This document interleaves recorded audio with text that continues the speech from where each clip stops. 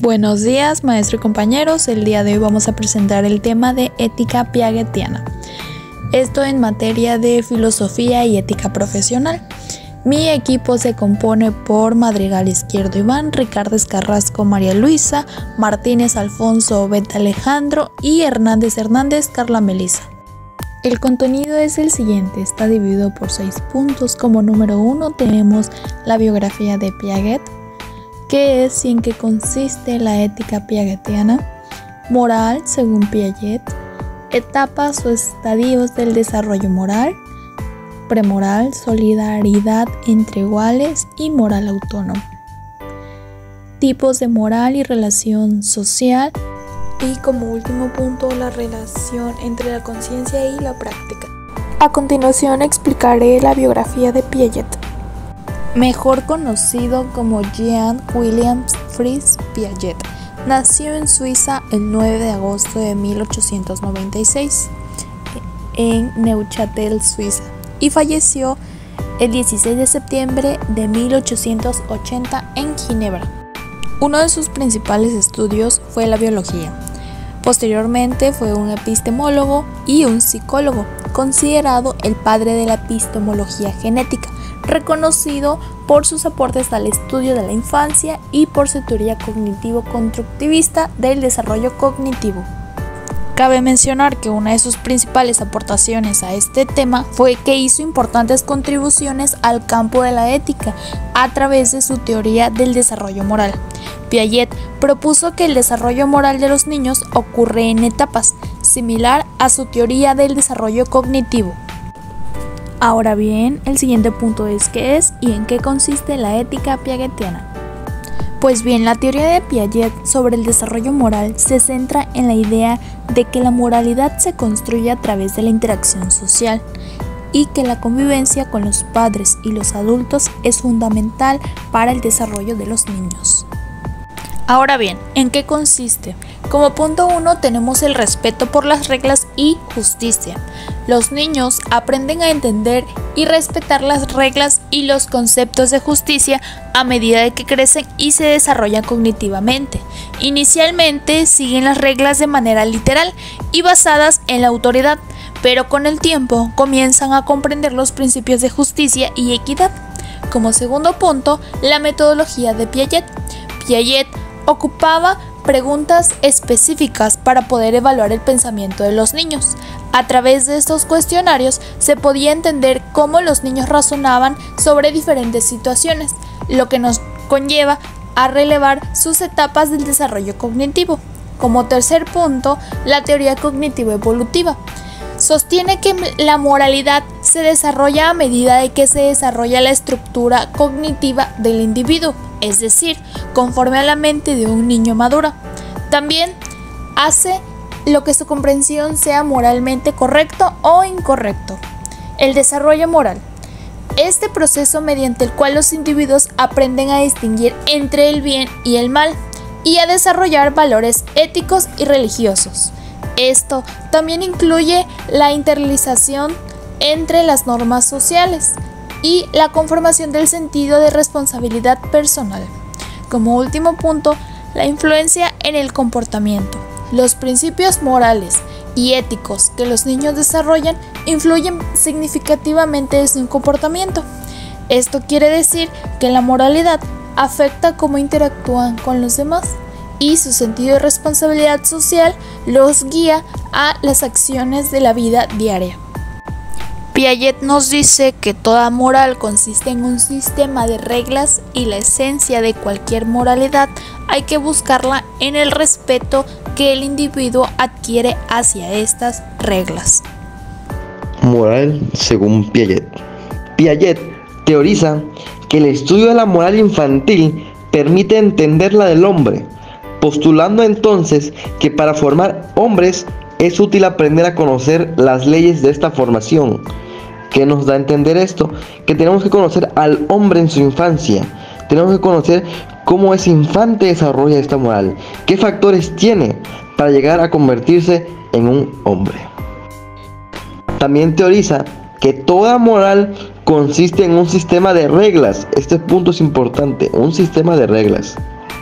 Y la esencia de cualquier moralidad hay que buscarla en el respeto que el individuo adquiere hacia estas reglas. Como el individuo tiene cierto respeto, cierto margen sagrado hacia estas reglas. Según Piaget, la moralidad es un proceso de desarrollo que implica una evolución en la forma en que los niños y jóvenes comprenden y aplican las reglas, las normas y los valores morales. ¿De qué reglas hablamos? Hablamos de reglas de juego. En un principio, el niño tiene que entender cómo estas reglas invocan o dan un cierto margen de qué se debe y no hacer. Para Piaget, la moralidad no es un conjunto de principios estáticos, sino un proceso dinámico que desarrolla a través del tiempo. ¿Por qué menciona que se desarrolla? Porque se da por etapas. Como primera etapa o primer estadio tenemos el estadio motor e individual. Como segundo, el estadio egocéntrico. Como tercero, el estadio de cooperación. Y como cuarto, el estadio de codificación de las reglas. Esto se va por secuencias. No se da en un solo momento, son secuencias. Por eso él habla de desarrollo, de que se desarrolla con el tiempo. Etapas o estadios del desarrollo moral. La moral no surge espontáneamente, sino que se va desarrollando poco a poco a lo largo de nuestra evolución y maduración. El autor considera que para poder hablar de moral es necesario adquirir un nivel de desarrollo equivalente a los 2 años de edad. A partir de dicho punto, el ser humano va a ir desarrollando una moral cada vez más compleja según su capacidad cognitiva se vaya haciendo mayor, y con capacidad para el pensamiento abstracto e hipotético deductivo. Etapas del desarrollo moral. Etapa 1. Premoral o heterónoma, de 2 a 5 años de edad. Etapa 2. Solidaridad entre iguales, de 6 a 10 años de edad. Etapa 3. Moral autónoma, 10 años de edad en adelante. Hablemos de la etapa premoral o etapa heterónoma. Es la primera etapa del desarrollo moral de Piaget. Corresponde de los 2 a los 5 años de edad del niño. A esta edad los pequeños aún no entienden lo que significa moralidad o norma. Los niños obedecen las reglas solo porque mamá, papá o alguna figura de autoridad se las impone. El niño no entiende de juicios y se centra más en las consecuencias físicas que trae el no acatar las reglas. Los valores y las virtudes del niño se verán reflejadas en la moral que le está inculcando el adulto. Solidaridad entre iguales. Es la segunda etapa del desarrollo moral, y aquí los niños tienen entre 5 y 10 años de edad. Aquí ya se tiene una noción de qué es una regla o una norma, pero se ven como mandatos del exterior, como algo divino. Se tiene la idea que si no se cumplen estas reglas, serán cruelmente castigados o de por vida. Empiezan a surgir conocimientos de justicia, honestidad y respeto mutuo. Cuando se comete una falta, el niño aceptará el castigo sin preguntar el por qué. Como última etapa tenemos la moral autónoma. Esta se da de los 10 años en adelante. Aquí la persona comienza a formar sus propios principios porque ya existe la capacidad de entender situaciones y problemas sociales. Ya no acepta las reglas sin cuestionarlas, siempre buscará el por qué debe ser así y toma decisiones de manera voluntaria, tomando en cuenta que las normas son interpretables y que obedecerlas o no depende mucho de la situación y de la propia voluntad. Bien, ¿qué tipos de moral identificaba Piaget en su teoría? Para Piaget, la moral depende del tipo de relación que el individuo sostiene con los demás y existen, por tanto, tantos tipos de moral como de relaciones sociales. Es decir, que para cada interacción social existe un tipo distinto de moral al que nosotros vamos a explicar en este momento. En total, Piaget describe 2 tipos diferentes. El primer tipo que Piaget describe en su teoría del desarrollo moral del niño es la moral heterónoma. La moral heterónoma se basa en la obediencia y sucede aproximadamente entre los 5 a 9 años. También conocida como realismo moral, en esta etapa los niños ven las reglas como inmutables y dictadas por figuras de autoridad, como pueden ser los padres, maestros, incluso Dios. Creen que las reglas no pueden cambiarse y que cualquier infracción será castigada severamente, independientemente de las intenciones detrás de la acción.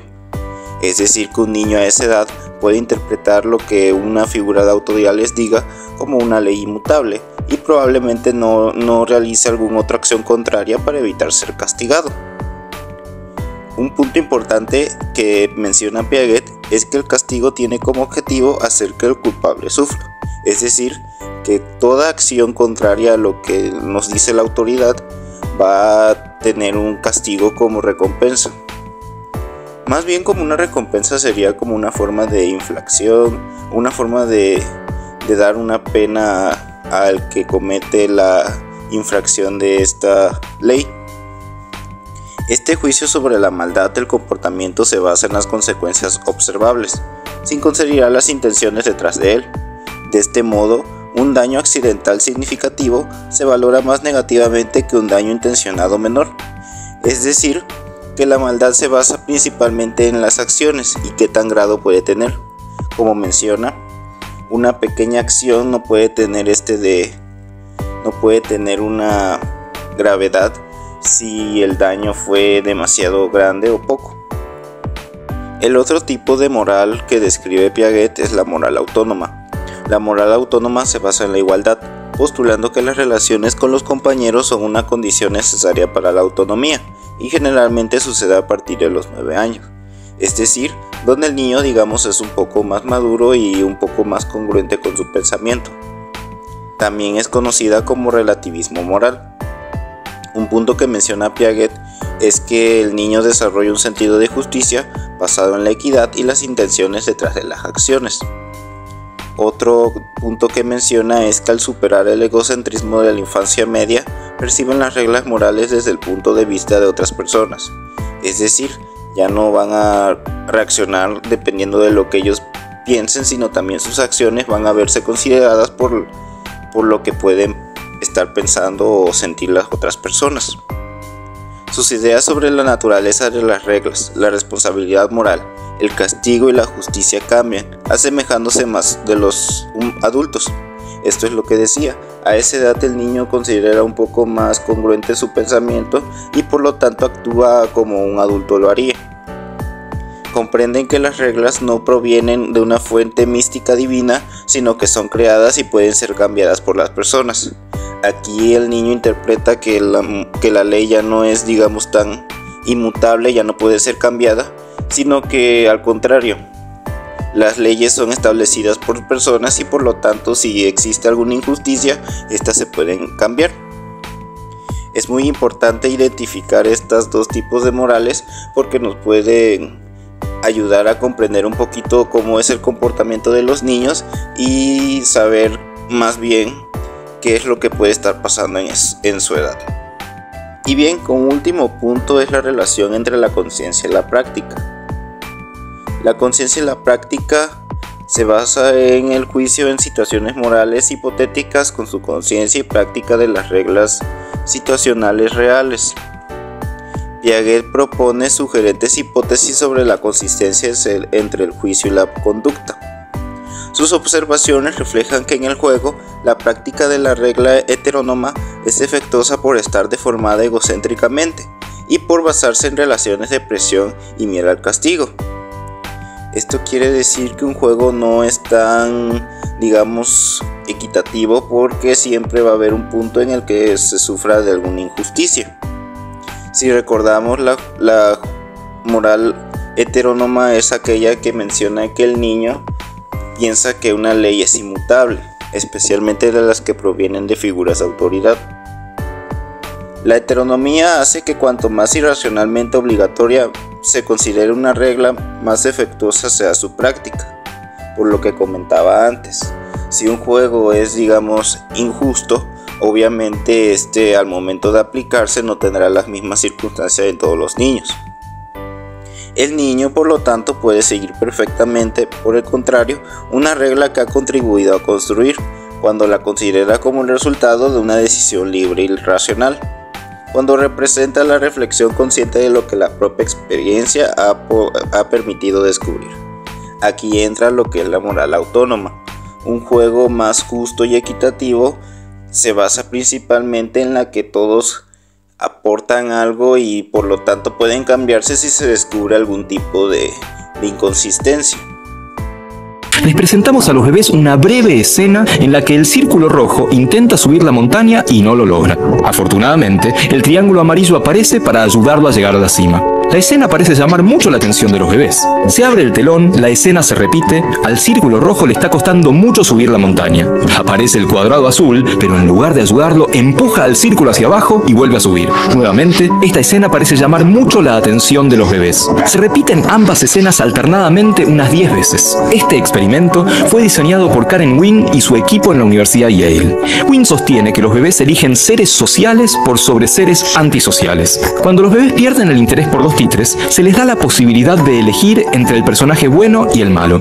Los resultados de este estudio arrojan que más del 80% de los bebés eligen al personaje bueno, el que ayudaba, el del comportamiento social. El cerebro humano viene de fábrica con un sentido moral. Y bueno, eso es todo por el tema de hoy.